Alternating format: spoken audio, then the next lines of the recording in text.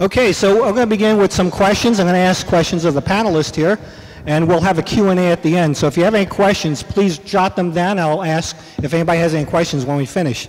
So first question, which has to do with how many people out here are looking to start a business, but you're not sure what you want to do, what kind of business you want to start?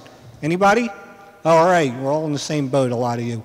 So one of the things that was asked of me by a friend of mine was, when I was doing my work, Carson, are you doing it for the money? What happens is if you're doing it for the money, you're going to find yourself distracted and going in 10 different directions. And the one thing about business that you need to know is you need to focus, but you also need to follow your passion. So whatever business you're starting, it's very easy to identify, because look at what you love to be doing that you would even do it despite any money that would be paid for you. Money is good because it helps pay the bills. But what I'm saying is that, you know, there's a musician whose name is Jessie J, and she wrote this song. It's not about the money. It's called Price Tag. And the musicians play and sing and they do what they do because they love it. It's not because they're looking to make money. So with that being said, I'm going to ask Alan, why don't you tell us what you believe about how you chose a business that was right for you? Well, you know, this really is a perplexing topic. Most people don't really have a great understanding about what it is they want to be doing. Ironically, many of us go to college, start a career, and wind up in a business and then discover halfway down the road that it's not really a great business to be in. You're not enjoying it, you don't feel passionate about it, and unfortunately it's very difficult to shift out of it, because that step often means taking a big step back and perhaps a big step down in income. But when you are ready to make that move, and sometimes people are forced to make that move, and take an assessment over other things that would give you more pleasure, it gives you an opportunity to really see what your passions really are and the things that excite you. And if you can partner that with your skills and strengths and knowledge, you can find yourself really in an exciting new direction. People have to really do a number of things, take a look at their budgets and see really what's affordable and what's reasonable, to see what you can really be doing. Take a look at your skills and take a look at your passions. And there are a lot of questions a new business owner really needs to ask themselves when they start out. And do you want to work in a service business, or do you want to sell a product? Do you want to have employees? Are they skilled employees? Are they unskilled? How many hours do you want to be working each week? Do you want to work full-time or part-time? When you have yourself in a point in your life where you're making choices about a business, it should be for a variety of reasons. It should fulfill economic reasons, and it should fulfill emotional reasons and your lifestyle goals. You want to be in a business that 5, 10 years out from now, you'll be in a position where you'll be doing something you're really excited about and want to do every day. So I think passion is a very important part of making that decision, but also you really have to take a look at what your skills are and how they're going to be able to deliver in different types of businesses.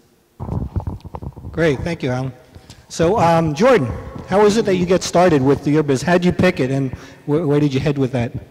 Well, I mean, I think to kind of echo one of the things that both of you said, which is you want to start a business that gels with what you're really passionate about. And you want to think about, why should you be the one to start this particular business? Why are you better situated to start the business that you're interested in than anyone else out there?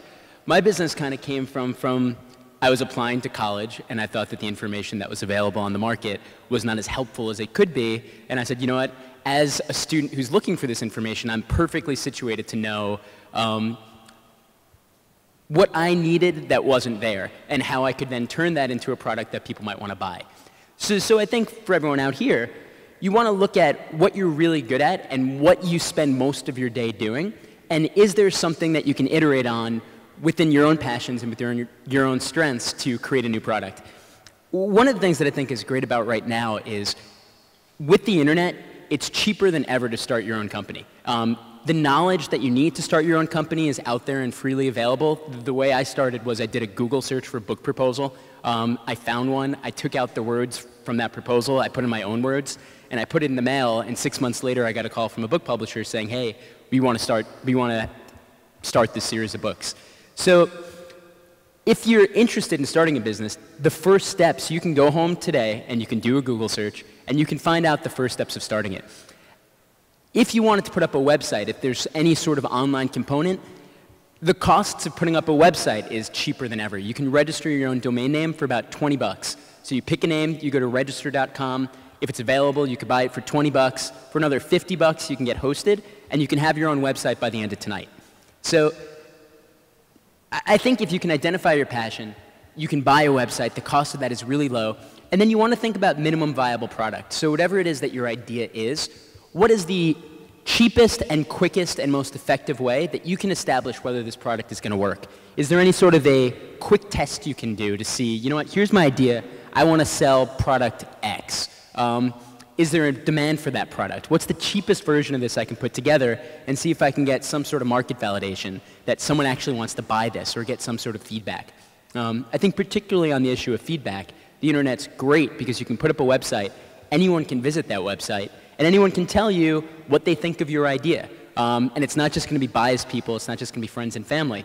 You can put up a website, and I don't know if anyone has ever bought a Google ad. That's essentially, you can spend a little bit of money, and when someone does a search result on Google, your ad is going to pop up next to that search. So you can use that ad, you can spend $50 to drive some traffic to this website you've just built, and have people tell you what they think of that website and what they think of your concept. Great, thank you, Jordan.